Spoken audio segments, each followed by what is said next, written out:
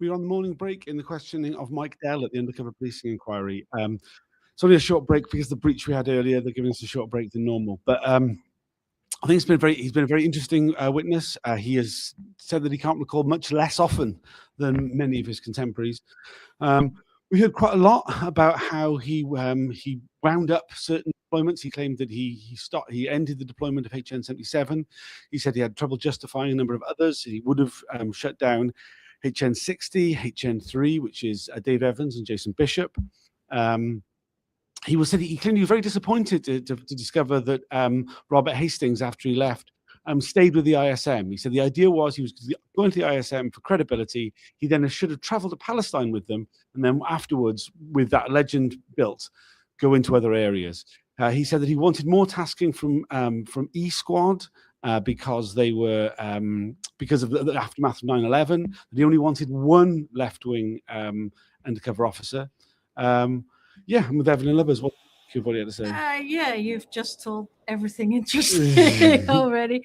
Well, Hastings going to Palestine is quite a thing. Yeah. It's quite an extension of the remit.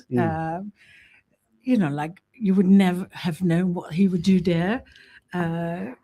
Like is it to get in touch with like real terrorists, quotation marks? And knowing, it sort of adds to the character of Rob Hastings, who was a foul character and who's just interested in being lazy and chatting to former members of the movement, and having a very coercive relationship with the neighbor of the neighbor of that person. I mean, in terms of other things that we've heard from Mike Dell this morning, he's talked quite extensively about, he's like sort of intellectualized a lot of the questions he's been asked. He's talked a lot about the 1960s, about the fact that he was a student at the time and that he was aware of the International Socialists, that he kind of agreed with them, but thought they came to the wrong conclusion. He's given a lot of long answers to certain questions, but not really given, often avoided actually answering the direct question. Yeah. He wants to give the impression that he agrees with the ideas of many groups, and that they were often misunderstood. That aiming for a revolution doesn't mean putting the guillotine on Westminster Square.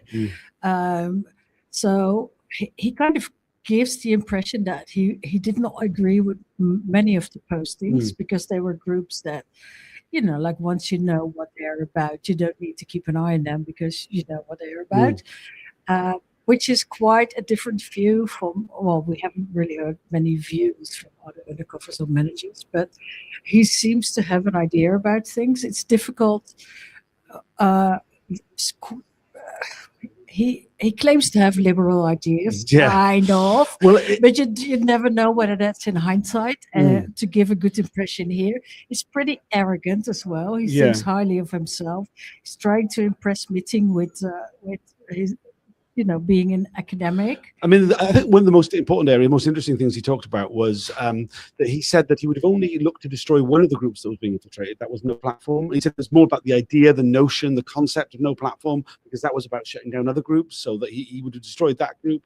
But he's also the author of the file note that he wrote in the aftermath of the confrontation with Simon Welling's HM118 by members of Globalised Resistance, where he offers out to Janet Williams, the commander of Special Branch, the option of a destructive operation against Globalised Resistance. Yeah, but then on the other hand, he now says, well, how could we disrupt or destroy Globalised? We couldn't. That would have been unlawful. He then says what he would have done unlawfully. He said he would have smeared them. Yeah, he said, I wouldn't know how to mount a destructive operation against Globalised Resistance lawfully.